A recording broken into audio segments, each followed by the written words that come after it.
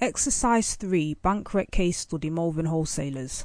Malvern Wholesalers requires the bank statement and cash book balances, the bank columns, to be reconciled. You're given the following information as at the 30th of April 1995. So if you read those bullet points, what we're required to do is write the cash book up to date as at the 30th of April 1995, and then we need to prepare a bank reconciliation. So let's go through the information one by one to get the cash book up to date first of all. So the bank columns of the cash book show a balance of £500 at the bank. So our cash book, we have a balance brought forward here of £500, and all we're simply doing is, this is what our records show. We're just trying to bring it up to date as per what's been going on in the bank. So let's highlight that yellow it's been put in. A payment of £200 has been recorded in the cash book as a receipt by mistake. So it's been recorded on this side as a mistake. So in order to fix that, to make the total correct, we have to credit the cash book to take it out, and then the payment should actually go in on this side. So first of all, we had an error. Had an error of £200, so that's putting the money back because it was recorded as a receipt when it should have been a payment, and as it should have been a payment, we then actually put the payment amount in, which is 200. Okay, highlight that. Checks for 120, 150 and 45 and £40 have been entered into the cash book and sent out as a payment to various suppliers, but have not been paid into the bank by those suppliers, so that bit will come later. So we're just trying to update the cash book at the moment. A direct debit of £45 recorded by the bank has not yet been entered into the cash book, so we can put in the direct debit here, £45, direct debit 45. A cheque for £500 received and recorded in the cash book has not yet been banked, so that's already been accounted for in the cash book. Bank charges of £20 that appear in the bank on the bank statement are not yet entered in the cash book. So let's enter in the bank charges. Credit, money come in the cash book, it's in on this side, out on that side. So bank charges need to be entered.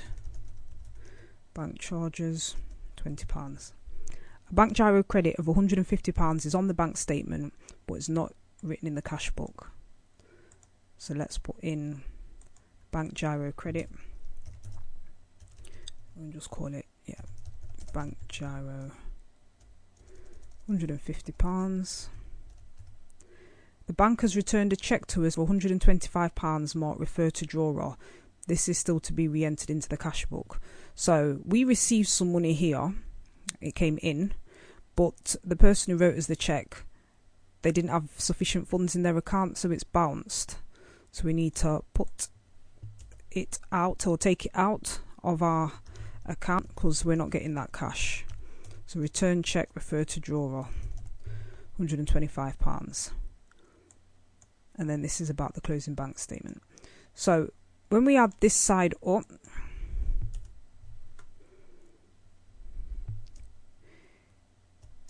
this side equals, so if you put these figures in, you use a calculator. So we add 200 plus 200 plus 45 plus 20 plus 125. That side is 590. This side, when you add this side up, what does that come to? 650. So in order for the two to match, there needs to be a balance on this side. Balance carried down, it would be 60. So that this becomes 650. They both match.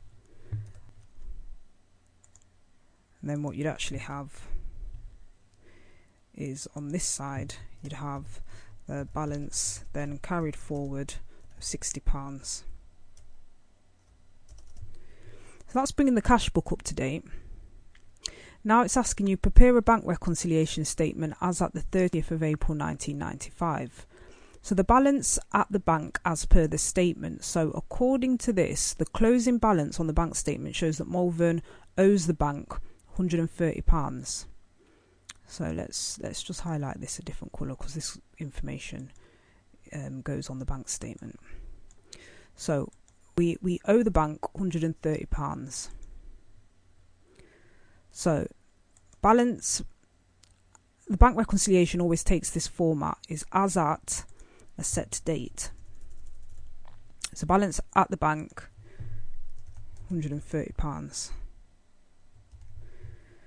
Then we have to tick off checks not yet presented. So these are all the checks we've written but aren't yet showing up on the bank statement. So it says here checks £120, £150, £140 have been entered in the cash book and sent out as payment to the various suppliers, but have not yet been paid into the bank by those suppliers. So £120, £150 and £40. £120, £150 and £40. And that comes to, so if you get your calculator, 120 plus 150 plus £40 is £310. That's 310. So if you have minus 130 and you take off 310, remember we're taking this off because this is further money coming out, what we have is minus 440, and then we add credits not yet credited. So we have a look here. It says here, look, a cheque for £500 has been received and recorded in the cash book, but it's not yet been banked. So that £500 money that will be coming in. So we put our 500 there. So 500, when we add that to the minus 140, what do we get? We get £60. And this is therefore actually also the balance per the cash book. You see the balance brought down, which is this figure here, balance per the cash book, which is correct, this figure here. So once all the transactions that have taken place are entered in the cash books up to date, and you take into account all those transactions that are affecting the bank, write that up, the two should balance. If there's a difference, then you've got to look into it. Something must be amiss.